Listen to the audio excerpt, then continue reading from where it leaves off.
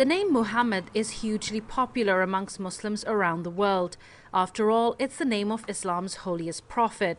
In a majority non-Muslim nation like the United Kingdom, the trend is no different, it seems. Official figures released this week show the name Mohammed is the most frequently chosen by British parents for their newborn sons. I set out to find out why. One of the reasons I named my son Mohammed is because of the beloved Prophet. I thought it was a lovely name. It's my first son, so alhamdulillah I called him Mohammed. That was one of my reasons I called him Mohammed. Mohammed, how do you feel about being named Mohammed? It's a very lofty name. Well, I like the name and it's really special in our religion and that. But the figures aren't as clear-cut. The Office of National Statistics declared that Oliver was the single most popular name for boys born in 2009. But a closer look shows that when different spellings of the name are lumped together, Mohammed is number one, with over 7,500 babies given the name. The name isn't just popular with parents, as I found out.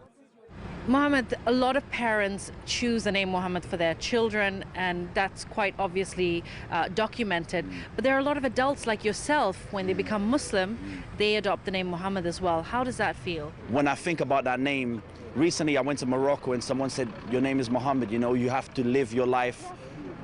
You've got a lot to live up to, you know, and for me it's a constant reminder of what I strive to become. The name Mohammed to me is the most beautiful name that I could take. It was a name that was picked for me.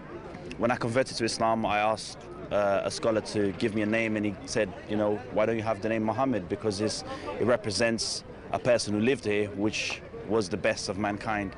And it's a very beautiful name, which I hold very close to my heart. Muslims represent around 3% of the British population, but their birth rate is considerably higher than their fellow citizens. In a trend replicating itself throughout Western Europe, a reality critics see as a threat, but which leading Muslims argue is a sign of the future. Farina Alam, Press TV, London.